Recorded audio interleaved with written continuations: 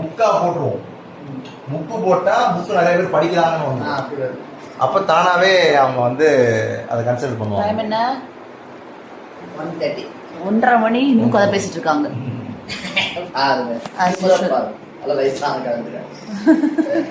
இது அருண் பேசுறது நல்லா இருக்குண்ணா. பேசுறாரு நல்லா இருக்கான். ஏறக்குறைய இந்த கதைக்கும் அதுக்குமே கொஞ்சம் கூட தான், கொஞ்சம் வேலை மாதிரி தான் போகுது. அந்த கதை மாதிரி உள்ள டைரக்டர் ஒருத்தர் வேலை பார்த்தா தான் இந்த படத்தை எடுக்க முடியும். இப்போ எப்படின்னா, இப்போ நம்ம எப்படி சொல்றது, பஞ்சர் ஓட்டுற கடையில் வேலை பார்த்துட்டு நான் வந்து போய் கம்பவுண்டரா அடுத்த வேலைக்கு போய் சேர முடியாது. பஞ்சர் ஓட்டுற கடை வேலை பார்த்தா பஞ்சர் ஓட்டுறது தான் போக முடியும். மிஞ்சி போனா கிளீனரா போகலாம். அந்த மாதிரி இங்கே உள்ள அந்த டைரக்டர் எக்ஸ்பீரியன்ஸை வச்சுட்டு ஒரு குறிப்பிட்ட மூவி எடுக்கலாம். நம்ம என்ன பிளான் பண்ணி எடுக்கணும்னு நினைக்கிறோமோ அந்த மூவியோட கை. அதனால தான் நீ சொல்றது கதையே வரும். தேவை இந்த கதை எனக்கு தேவையில்லை போதிக்கு. முடியாது இல்லை, முடியாமலாம் இல்லை, புரிஞ்சுக்க மாட்டேங்கிறோம். இப்போ ஒரு விஷயம், இப்போ நீங்கள் எங்கள் அம்மா ஒரு விஷயம் நீ பண்ணியே தீரணும்னு சொல்கிறாங்க.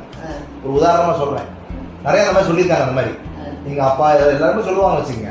இப்போ இந்த பண்ணியே தீர விஷயம் எனக்கு பிடிச்சிருந்தா நானே பண்ணிடுவேன், ஒன்றும் பிரச்சனை இல்லை.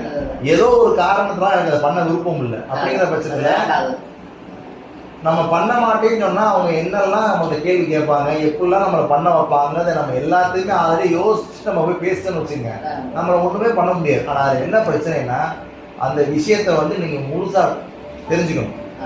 ஏதோ ஒரு நல்ல விஷயம் தான். இப்போ ராகி வந்து காலையில் சாப்பிட்டா நல்லது, ஒன்றும் தப்பு கிடையாது. அதுக்காண்டி எல்லாருமே ராகி சாப்பிட முடியாது. சில பேருக்கு ராகி ஒத்துக்காதவங்களும் இருக்காங்க. எப்படி சாப்பிடணும்னே தெரியாம இது நல்லது சாப்பிட்றா அப்படின்னு சாப்பிட முடியாது.